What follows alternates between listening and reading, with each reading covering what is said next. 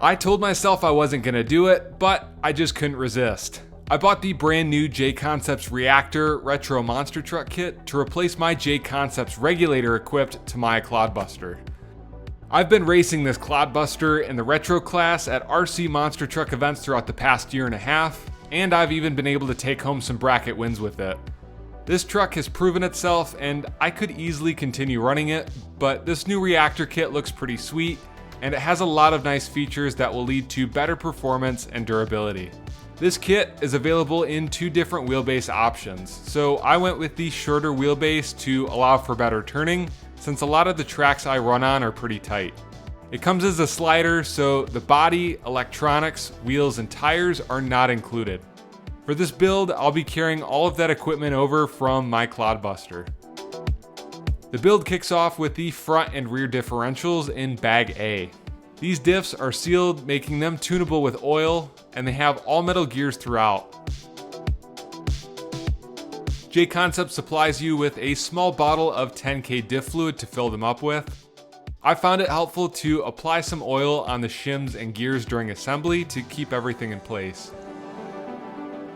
Bag B contains 8 aluminum shocks. JConcepts includes some O-ring grease to coat the seals with as you install them. There's also a bottle of 30-weight shock oil to fill them all up with. These shocks are very smooth and easy to build with the included instructions. Bags C and H contain the front and rear solid axles. This is a motor on axle setup, so 2 metal plates sandwich a gearbox that connects the motor directly to the axle. Now, there is 1 plastic gear on the inside of these axles, but each axle has its own adjustable slipper clutch, so those should absorb the shock instead of stripping out gears.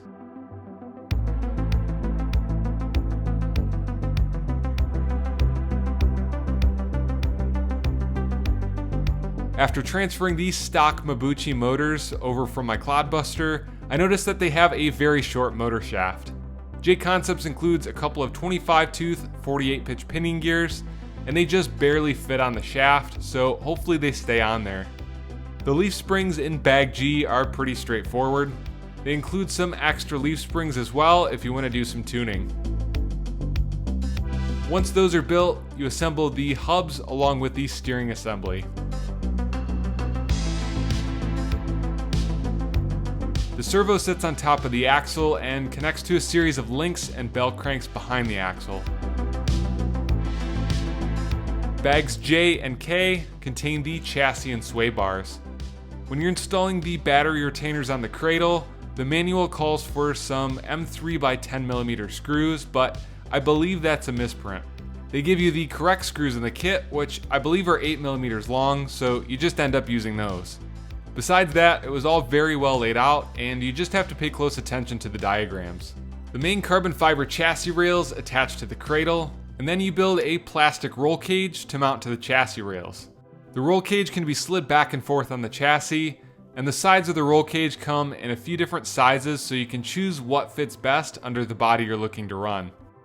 Once the cage is attached, you throw the front and rear axles under the truck and connect all these suspension components to complete the build.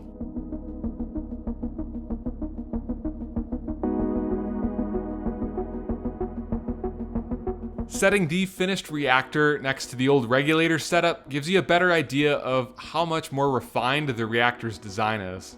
You can see how the battery, shocks, axles, and motors sit closer to the ground, giving the reactor a lower center of gravity. Looking at the axles side by side really makes you appreciate the higher quality materials used in the reactor as well. It seems like a very well thought out platform overall.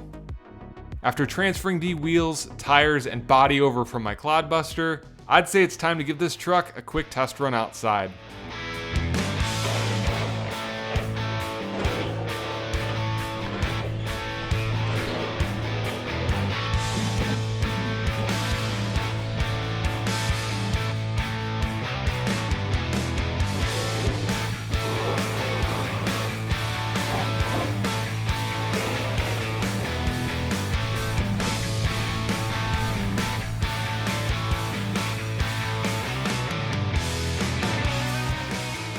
This reactor is very smooth and stable to drive compared to the old Clodbuster, thanks to its sway bars and suspension setup. There isn't any torque twist off the line or leaning in the corners, so the truck just goes wherever you point it. The reactor does appear to be slightly faster than the Clodbuster out of the box, even with the exact same electronics. I speed tested the Clodbuster with a GPS right after building it and was able to reach around 10 to 11 miles per hour. This reactor hit a top speed of around 12 miles per hour. A big thanks to Jason Rona for everything he's done for the world of solid axle RC monster trucks. I look forward to getting this truck out on the track and seeing you in the next video.